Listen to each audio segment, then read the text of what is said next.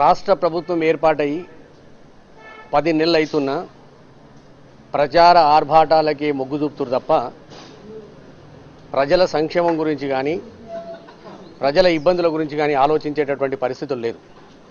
ఈ 10 నెలల్లో చూడండి, ఎక్కడ చూసినా పోలీసులను చంపడం, గుండాలు వచ్చి ఇండ్లు లోటీ చేయడం, ఏ అపార్ట్మెంట్లు చూసినా దొంగతనాలు జరగడం, ప్రచారానికి వాహనాలు ఇప్పించినంత మాత్రాన ప్రక్షాళన జరిగినట్టు కాదు.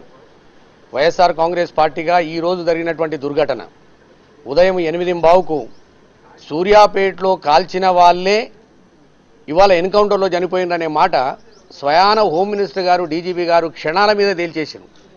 అక్కడ ఒక్కొక్క క్షణం ఒక్కొక్క మలుపు తిరుగుతూ ఉంది. దయచేసి మేము వైఎస్ఆర్ కాంగ్రెస్ పార్టీగా తెలంగాణ ప్రభుత్వాన్ని డిమాండ్ చేస్తూ ఉన్నాం. పోలీసు వాహనాలు ఇప్పించినంత మాత్రాన ప్రక్షాళన జరిగినట్టు కాదు. ఇవాళ జరిగినటువంటి ముగ్గురు కానిస్టేబుల్ చనిపోయారు. ఒక ఎస్ఐ గారు, సిఐ గారు సీరియస్గా ఉన్నారు. దీని మీద ఆనవాయితీగా వచ్చి పోలీస్ స్టేషన్ మన హాస్పిటల్కి వచ్చి వాళ్ళను పరామర్శించి వాళ్ళ కుటుంబాలకు సానుభూతి తెలిపి తద్వారా ఎక్స్గ్రేషియా ఇచ్చేసి వాళ్ళ కుటుంబాలకు కొలువులు ఇస్తామని చెప్పి చేతులు దులుపుకునే పరిస్థితే కనబడుతుంది తప్ప దీని ఇష్యూ చాలా సీరియస్గా ఉంది. కొందరు ఏమంటున్నారంటే ఇది ఉగ్రవాదులు అంటారు, కొందరేమో దుండగులు అంటారు, కొందరేమో దోపిడి దొంగలు అంటారు. ఎవరో ప్రజలన్నా పార్టీలన్నా వేరే విషయం, కానీ స్వయాన హోమ్ మినిస్టర్ గారే కంక్లూజన్కి వచ్చేసి 10 నిమిషాల లోపల వీళ్ళు దోపిడి దొంగలు మాత్రమే, ఉగ్రవాదులకు సంబంధం లేదనేటువంటి డిక్లరేషన్ ఇచ్చేసి వెళ్ళిపోయాడు. ఇప్పుడు డీజీపీ గారు మాట్లాడే దాని పరిస్థితి కూడా చూస్తే అదే విధంగా అనిపిస్తూ ఉంది. అందుకే దయచేసి ఇప్పుడు జరిగింది ఆషామాషా కాదు. పోలీసు కానిస్టేబుల్ అనేటోళ్ళు నిండు ప్రాణాలు కోల్పోయారు. వాళ్ళ ప్రాణాలకు మనం సరితూగేటటువంటి పరిస్థితి ఎప్పుడు ఉండదు. ఎక్స్గ్రేషియాలు ఇచ్చి చేతులు దులుపుకునే పరిస్థితి ఉండకూడదు. ఈ ప్రభుత్వాన్ని మేము డిమాండ్ చేస్తూ ఉన్నాం, రిక్వెస్ట్ చేస్తూ ఉన్నాం, విజ్ఞప్తి చేస్తూ ఉన్నాం. దయచేసి మీరు పోలీసు డిపార్ట్మెంటును ప్రక్షాళన చేయటువంటి అవసరం ఉన్నది. సూర్యాపేటలో జరిగినప్పుడే అప్రమత్తంగా ఉండి ఇవాళ ఈ సంఘటన జరిగేటటువంటి పరిస్థితి కాదు. ఎన్కౌంటర్లో ఇద్దరిని చంపేసినామనే మాట చెప్తా ఉన్నారు, కానీ మన పోలీసులకు సంబంధించిన వ్యక్తులు 4 చనిపోయారు. అదే కాదు, ఇప్పుడు నల్గొండ జిల్లాలో ఈ గేల్కి సంబంధించింది, గ్యాస్ పైపులకు సంబంధించింది కూడా రిపేర్ చేస్తుంటే అంత నాణ్యత లేనటువంటి వ్యవహారం జరుగుతూ ఉంటే అక్కడ కూడా 3 కుటుంబాలు చనిపోవడం జరిగింది, ఆహుతి అవ్వడం జరిగింది. ఆ కుటుంబాలకు ఈ కుటుంబాలకు కూడా వైఎస్ఆర్ కాంగ్రెస్ పార్టీగా మా రాష్ట్ర అధ్యక్షుడు శ్రీనివాస్ రెడ్డి గారు కూడా దిగ్భ్రాంతి చెందిరు. మేము వాళ్ళకు సానుభూతి తెలుపుతా ఉన్నాం. వాళ్ళకి ఎక్స్గ్రేషియా కూడా దండిగా ఇవ్వాల్సినటువంటి అవసరం ఉన్నది. ఇదే కాకుండా దీని మీద న్యాయ విచారణ జరగాలి. ఇది ఆషామాషా కాదు. మీరు చూడండి, ఈ 10 నెలల్లో తెలంగాణ రాష్ట్రంలో 10 నెలలైంది ఏర్పాటై రాష్ట్ర ప్రభుత్వం.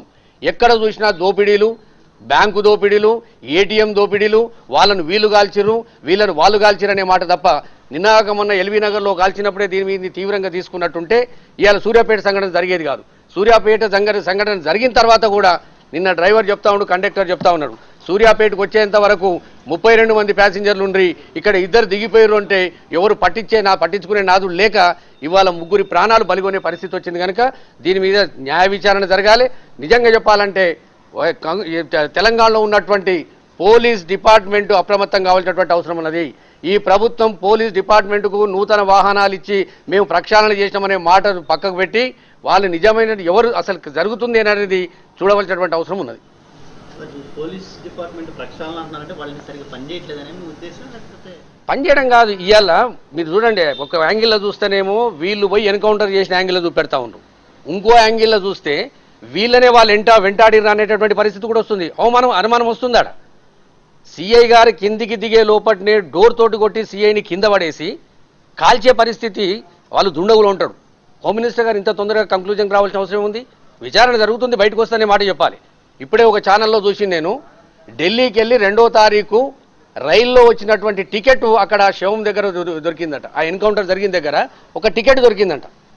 మరి ఆ టికెట్ అటువంటి అన్నీ చూసి ఎంక్వైరీ చేసిన తర్వాత కంక్లూజన్ రావాలి. ఇప్పుడు పార్టీలుగా మేము ఏదైనా మాట్లాడతాం, ప్రజలకు శ్రేయస్సు కొరకు కడుపులో ఉన్న బాధను బయటకు చెప్పేటటువంటి ప్రయత్నం పార్టీలుగా చెప్పగలుగుతాం.